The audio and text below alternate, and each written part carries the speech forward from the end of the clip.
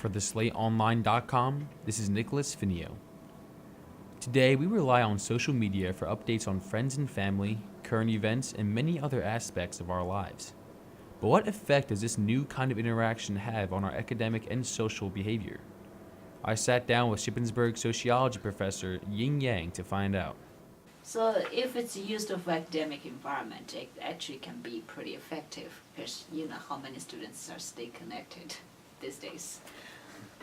And at the meantime though, if they got so addicted to certain media, such as Instagram, judging by how I see that, an individual could easily spend hours on those media stuff, and which of course would get in the way of study time and sleeping time.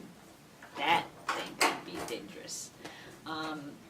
I would say it really depends on the purpose of how social media is used and individual habits. Because some people have better control that, I'm just gonna, let's say, read a Facebook for half an hour and that's it. Some people are just so obsessed.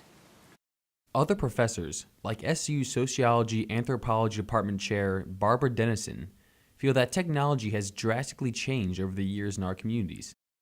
The battle, I think it's a continual battle over faculty trying to keep cell phones out of sight in classrooms, from interrupting classrooms. I don't think the faculty side is winning, to be perfectly honest. I mean, even when there seems to be dire consequences, people are on their phones. And now we had the invention of laptops, and then we had smaller laptops and netbooks, and then we have tablets now, and all of these things that span the gamut of how much do you want to be doing while you're in a class or in some other type of setting. I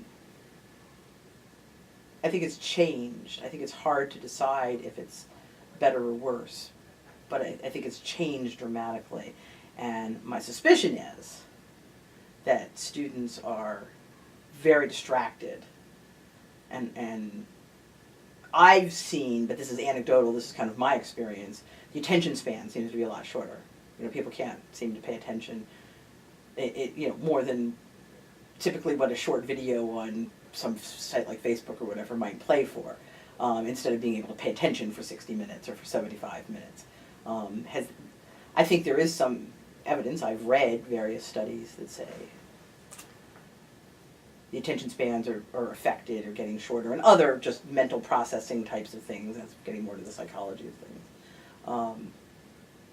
And there's a lot of interesting sociological work on how students, young people, students and people in that age, in your millennial generation, or now, as we move into the next category of young people, have their social networks, their social reference groups, the people that they feel in most close social cohesion with. All of those things are influenced by the use of social media, and students feel more vulnerable if they're not connected, or they also sometimes feel vulnerable because they are connected and the connections aren't going the way they want them to. So, all of these different things, which are going to affect people's academic progress. From the SlateOnline.com, this has been Nicholas Finio.